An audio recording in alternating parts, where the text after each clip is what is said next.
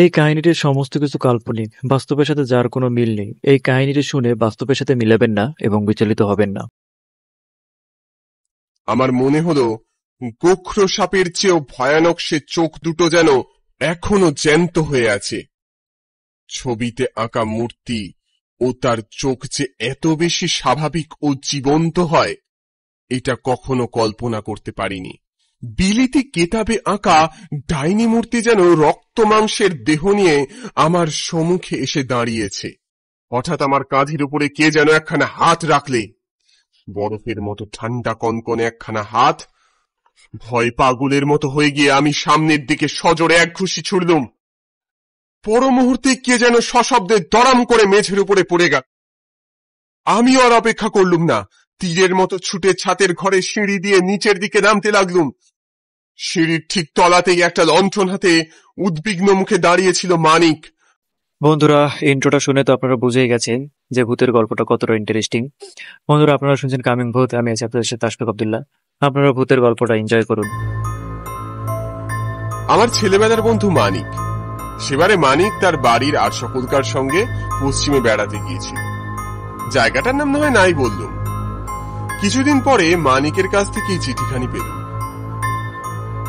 ভাই অমল, তোমার জন্য বড় মন কেমন করছে, কারণ এই দেশটা এত সুন্দর যে তোমাকে না দেখালে আমাদের তৃপ্তি হচ্ছে না।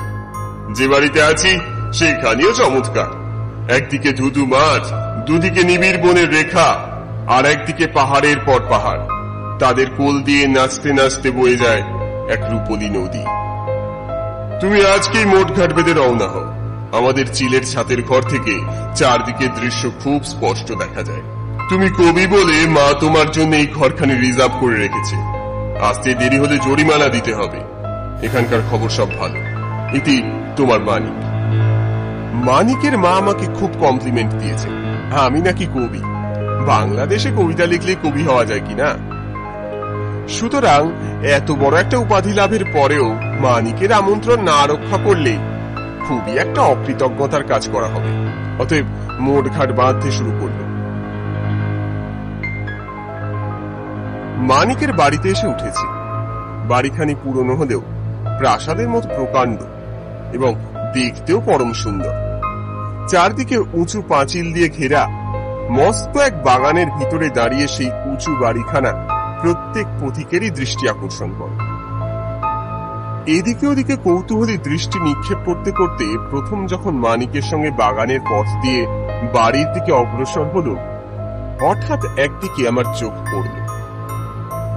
বিলিতি পাম গাছ দিয়ে ঘেরা এক টুকরো জমির ভিতরে ছোট্ট একটা স্মৃতিস্তম্ভের মতো কি দাঁড়িয়ে রয়েছে। জিজ্ঞাসা করলুম, ওটা কি মানিক? মানিক বললে, কবর। কবর? হ্যাঁ, এই বাড়িখানা আগে এক সাহেবের ছিল, আর মেয়ে মারা গেলে তাকে এখানেই কবর দেওয়া হয়। এমন সময় মানিকের কুকুর লিলি মনিবের সাড়া পেয়ে সেইখানে এসে হাজির হল। তারপর রেগে গড়গড় করতে লাগলো। সে কবরের দিকে তাকিয়ে গর্জন করছে, কিন্তু কবরের দিকে তাকিয়ে আমি তো কিছুই দেখতে পেলুম না। বললুম, মানিক, তোমার কুকুর কি দেখে কেঁপে গেল? মানিক বললে, জানি না, লিলি ওই কবরটাকে দেখলেই খেপে যায়, যেন সে হাওয়ার সঙ্গে লড়াই করতে চায়। আমি বললাম, না মানিক, ও তো লড়াই করতে চায় বলে মনে হচ্ছে না। ওকে দেখলে মনে হয় ও যেন মহা ভয়ে পাগল হয়ে গেছে। মানিক এসে বললে, ও কথা এখন থাক, চলো তোমাকে তোমার ঘরে নিয়ে যাই। বাড়ির ভিতরে ঢুকলো। যেমন প্রকাণ্ড বাড়ি তেমনি মস্ত মস্ত ঘর। সেসব ঘরের অবস্থা এখন ভালো না। কোথাও চুনবালি খসে পড়েছে, কোথাও মেঝে ছেঁদা করে ইঁদুরেরা বড় বড় গর্ত বানিয়েছে, কোথাও কড়ি কাঠ থেকে বাদুড়েরা দলে দলে ঝুলছে। মানিক বললে, এই বাড়িখানা অনেকদিন খালি পড়েছিল। এই মেরুয়াদের দেশে কুসংস্কার বড় বেশি। বোধহয় ওই কবরের ভয়েই এ বাড়িখানা এতদিন কেউ ভাড়া নিতে চায়নি। আমি বললাম, বসত বাড়িতে আমিও কবর টবর পছন্দ করি না। জীবন আর মৃত্যুর কথা একসঙ্গে মনে পড়লে বেঁচে সুখ পাওয়া যায় না। মানিক বললে, আমরা কিন্তু আজ 3 সপ্তাহ ধরে এখানে খুব সুখে বাস করছি। ও কবর ফুঁড়ে উঠে কোনোদিন কোনো মেম পেতনি আমাদের সঙ্গে গল্প করতে আসেনি। নাও এখন ওপরে উঠে তোমার ঘর দেখবে চলো। চওড়া এক কাঠের সিঁড়ি বেয়ে উপরে উঠতে লাগলো। এক সময়ে সিঁড়ি যে দেখতে খুব চমৎকার ছিল এখনো তা বেশ বোঝা যায়, কিন্তু আজ এই সিঁড়ি এমন জীর্ণ হয়ে গেছে যে আমাদের পায়ের চাপে যন্ত্রণায় যেন আর্তনাদ করতে লাগলো। চিলের ছাদের ঘর বলতে আমরা যা বুঝি এখানে সেরকমটি নয়। এ ঘরখানা নূতন ধরনের। এ শ্রেণীর ঘর প্রায় খুব ছোট হয়, কিন্তু এ ঘরখানা বেশ বড়সড়। এর একদিকে কাঠের সিঁড়ি উপরে এসে উঠেছে এবং তারপরেই ঘরখানা শুরু হয়েছে। 3 দিকে সারি সারি 12টা লম্বা চওড়া জানলা ও ঘরের ম্যাটিং মোড়া মেঝের উপরে কতগুলো পুরনো sofa, couch, chair, dressing table, washing stand ও একখানি মস্ত বড় লোহার খাট। সিঁড়ি ছেড়ে ঘরের মেঝেতে পা দিয়ে কেন জানি না আমার মনে হলো এই জায়গাটা যেন খালি নয়, এখানে যেন কি একটা অদৃশ্য বিভৎস রহস্য একান্তে অনেক দিন ধরে গোপনে বাস করছে। সঙ্গে সঙ্গে কেমন একটা অজানা আতঙ্কে আমার সারা মন আচ্ছন্ন হয়ে গেল, যেন এখানে একটুও হাওয়া নেই। আমার দম বন্ধ হয়ে আসতে লাগলো।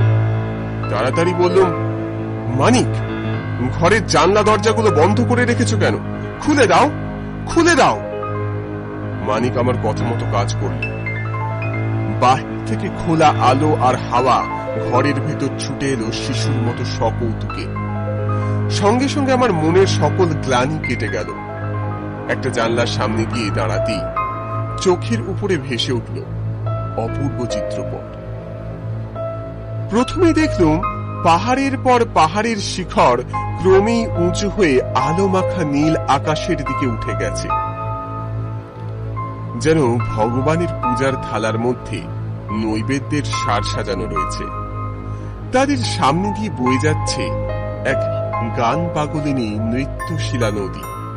সে কালো পাহাড়মালার তলার রৌদ্রদীপ্ত নদীটিকে দেখে মনে হচ্ছে অচপল কাজল মেঘের তলায় চঞ্চল বিদ্যুতের একটি চকচকে রেখা।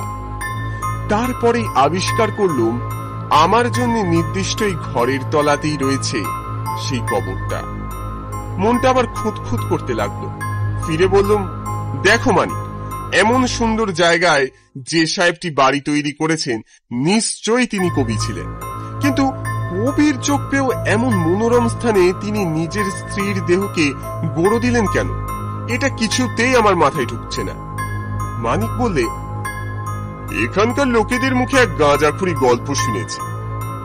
মারা যাবার পর মেমের দেহকে নাকি প্রথমে গোরস্থানে নিয়ে গিয়েই গড়ে দেওয়া হয়েছিল, কিন্তু তার পর দিনই দেখা যায় মরা শুদ্ধ কফিনটা কবরের পাশে মাটির উপরে পড়ে রয়েছে।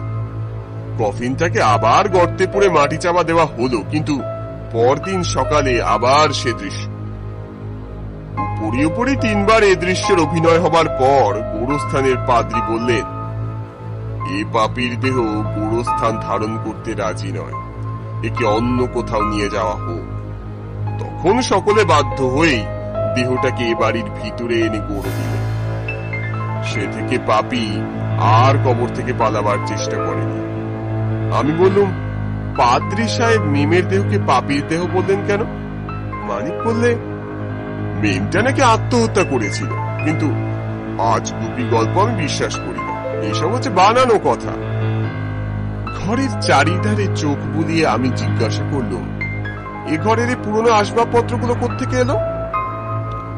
মানিক বললে, আসবাবগুলো হচ্ছে সেই সাহেবের। তার মেয়ে এই ঘরেই বাস করত। স্ত্রীর মৃত্যুর পর তিনি আসবাবগুলো যেমন ছিল তেমনি ভাবেই রেখে দিয়েছেন। আমাদেরও মানা করে দেওয়া হয়েছে আমরা যেন এই ঘর থেকে কোনো জিনিস না সরিয়ে রাখি। হঠাৎ কাঠের ঠিক মাথার উপরেই দেওয়ালে টাঙানো একখানা প্রকাণ্ড অয়েল পেইন্টিং এর দিকে আমার দৃষ্টি আকৃষ্ট হলো। স্ত্রীলোকের ছবি। আসলে মানুষের দেহ যত বড় হয় সেই আঁকা ছবির দেহটিও তার চেয়ে ছোট নয়। শুধালুম, ও কার ছবি মানিক? মানিক বললে, সেই মেমের। কাছে গিয়ে দেখো না, মেমটি দেখতে ঠিক ডানাকাটা পরীর মতো ছিল না? পায়ে পায়ে ছবির কাছে এগিয়ে গেল। পটে আঁকা আছে এক বুড়ির চেহারা। তার বয়স 65 কম হবে না। লিকলিকে দেহ, বাঁখারির মতো সরু বাহু, সাদা সনের মতো চুলগুলো কাঁধের উপর এসে পড়েছে। ঠোঁটের কোণে অত্যন্ত কুৎসিত হাসি, নাকটা টিয়া পাখির মতো বাঁকানো, আর তার কোটরে ঢোকা কুতকুতে চোখ দুটো। ওহ, সেই চোখ দুটোর ভিতর থেকে যে ক্রূর দৃষ্টি বেরিয়ে আসছে, আমি কিছুতেই তা বর্ণনা করতে পারবো না। আমার মনে হলো গোখ্র সাপের চেয়েও ভয়ানক সে চোখ দুটো যেন এখনো জ্যান্ত হয়ে আছে। ছবিতে আঁকা মূর্তি ও তার চোখ যে এত বেশি স্বাভাবিক ও জীবন্ত হয়, এটা কখনো কল্পনা করতে পারিনি। বিলিতি কেতাবে আঁকা ডাইনি মূর্তি যেন রক্ত মাংসের দেহ নিয়ে আমার সম্মুখে এসে দাঁড়িয়েছে। মানিক বললে, ইয়ে অমল, এম সাহেবটিকে তোমার পছন্দ হলো? ঘৃণায় মুখ ফিরিয়ে আমি বললুম, পছন্দ? যাকে দেখে এই ছবিখানা আঁকা হয়েছে সে মানুষটির প্রকৃতি নিশ্চয় খুব জঘন্য ছিল। তোমার এই মেমের ছবি যদি ঘর থেকে সরিয়ে না রাখো, তাহলে রাত্রে আমি দুঃস্বপ্ন দেখব। মানিক বললে, কিন্তু ঘর থেকে যে কিছু সরাতে মানা আছে। আমি বললাম, তাহলে আমাকে অন্য ঘরে দাও। মানিক একটু ভেবে বললে, আচ্ছা এসো, আমরা দুজনে মিলে ছবিটাকে নামিয়ে ঘরের বাইরে রেখে দিই। তারপর বাড়ি ছাড়ার সময় ছবিখানা আবার দেওয়ালে টাঙিয়ে রেখে গেলেই চলবে। খাটের উপরে উঠে দুজনে মিলে সেই প্রকাণ্ড ছবিখানাকে নামাবার চেষ্টা করল, কিন্তু সে কি ভীষণ ভারী ছবি।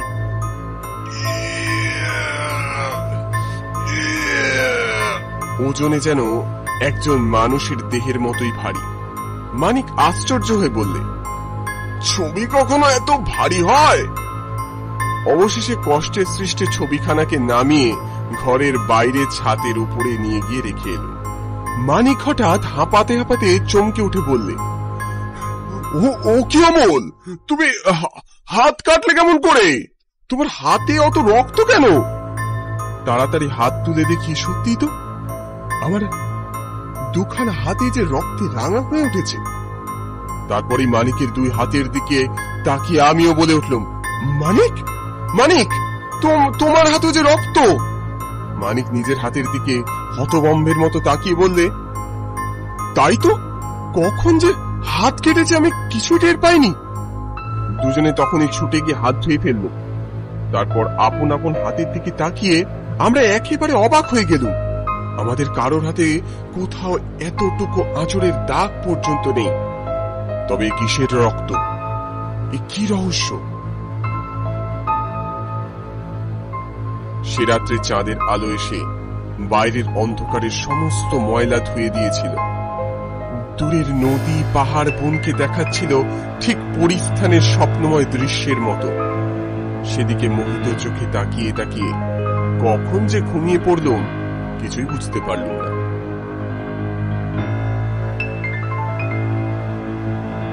আচম্বিতে আমার ঘুম ভেঙে গেল।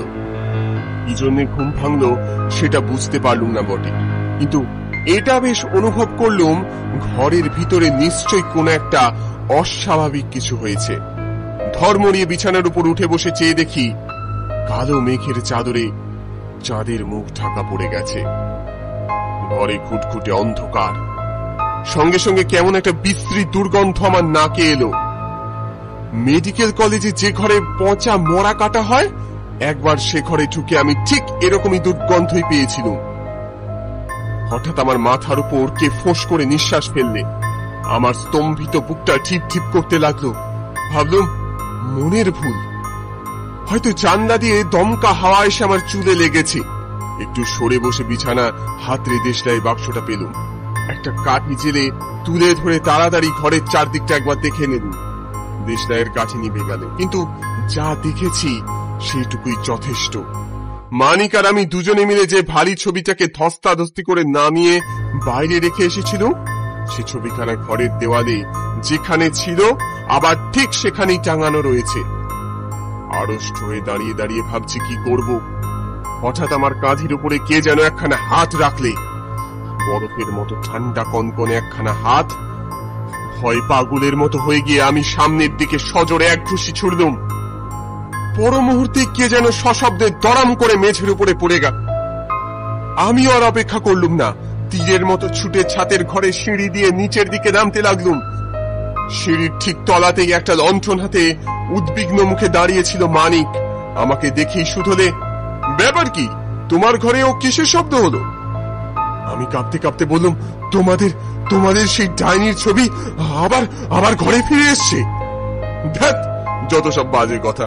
ছবির কি পা আছে? দাঁড়াও, দেখে আসছি। এ বলে মানিক দ্রুত পদে উপরে উঠে গেল। কিন্তু তারপরেই শুনলাম মানিকের উচ্চ আর্তনাদ, বাঁচাও, বাঁচাও। তারপরেই দেখলুম সে একসঙ্গে ৩-৪টে সিঁড়ি টপকে নিচে নেমে আসছে। আকুল স্বরে সে বললে, ঘরের ভিতরে পচা মরার গন্ধ, আর ঘরের মেঝেতে পড়ে আছে একটা বুড়ির পচা আর গলা মরা। হঠাৎ আমার নিজের গায়ের দিকে নজর পড়ল। আমার কাঁধের উপর থেকে একটা রক্তের ধারা গা বেয়ে নেমে আসছে। আমি কাঁধে সেই বরফের মতো ঠান্ডা হাতের স্পর্শ পেয়েছিলাম। সে বাড়ি থেকে বেরিয়ে আসতে আর দেরি করলুম না। সেদিনই কোন রকমে গাড়ি ঠিক করে সবাই মিলে রওনা দিলাম নিজের বাড়ির দিকে।